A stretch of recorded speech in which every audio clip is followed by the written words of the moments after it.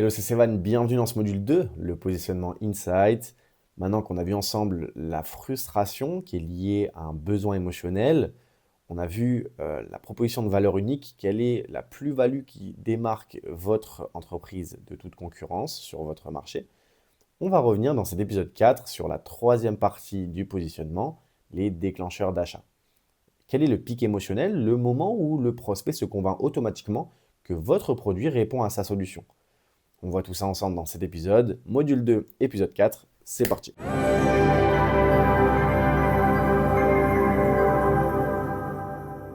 Au sommaire de cet épisode, on va revenir sur le passage à l'action du client, puis quelques déclencheurs émotionnels. Ce passage à l'action, il se caractérise à un stade où le client se convainc automatiquement que votre produit est utile à sa problématique. C'est ce qu'on appelle un déclencheur d'achat. C'est un déclic qui transforme un intérêt, un prospect, en une décision concrète de générer un nouveau client. En neuromarketing, c'est le moment où on active le plus de récompenses par rapport à la douleur qui est générée par le prix. Est-ce que vous vous rappelez la balance dans le module 1 qui permet de caractériser cette image mentale? C'est la différence entre j'en ai besoin et j'achète. Vous-même, lors de vos derniers achats, est-ce que vous vous rappelez du moment qui a été un déclic? Le moment où vous vous êtes dit, OK, je passe à la caisse et je vais acheter mon produit. Si vous-même, vous essayez de comprendre comment ça se passe dans votre cerveau, vous serez plus à même de comprendre comment cela ça se passe dans celui de votre clientèle. Et c'est tout l'objectif avec ces déclencheurs d'achat, identifier celui de votre clientèle, ou en tout cas celui dans le parcours d'achat qui se caractérise et qui s'active à un moment précis.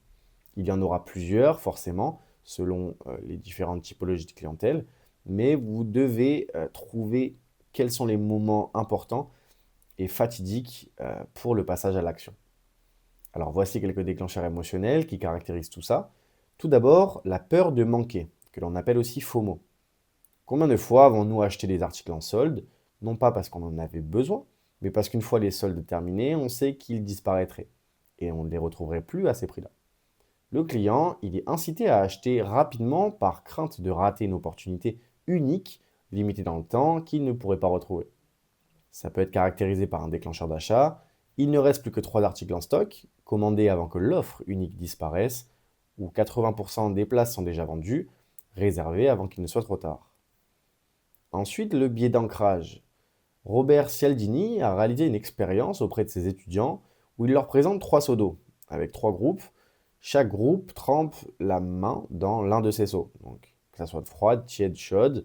Et ensuite, dans la seconde partie, les étudiants y plongent leurs mains dans la température opposée. Une fois le premier seau effectué, les étudiants y plongent leurs mains dans le seau à température inverse et on se rend compte que le ressenti il est totalement biaisé selon l'eau précédente. Vous-même, vous avez peut-être déjà réalisé cette expérience et on comprend que le cerveau humain il compare les options disponibles à une référence pour évaluer s'il est en capacité de réaliser une bonne affaire. Par exemple, économiser 20% en passant à notre offre annuelle au lieu de l'offre mensuelle, ou bien ce produit est habituellement à 120 euros, profitez de notre tarif exclusif à 90 euros. On met un ancrage de prix et on va proposer une offre qui est inférieure à cet ancrage de manière à faire percevoir au cerveau du consommateur qu'il réalise une bonne affaire dans ce contexte. La rareté. Le cerveau humain valorise toujours ce qui lui semble difficile à obtenir. Un poste au-dessus de nos capacités, une fille, un homme désiré, un mode de vie d'une star que l'on voit sur les réseaux sociaux et qu'on idéalise en s'imaginant à sa place, et il en va de même en marketing. Plus un produit-service est perçu comme rare, plus on augmente le désir de l'acheter dans le cerveau du client. Édition limitée, ce modèle ne sera pas réapprévisionné ou disponible uniquement pendant la saison des fêtes. On installe un sentiment de rareté et à la fois d'urgence pour le consommateur. Ensuite, la preuve sociale. Le cerveau, il est flemmard. Moins on lui demande, mieux il se porte. Alors les avis clients et recommandations sont un critère hautement révélateur pour l'opinion d'un nouvel arrivant.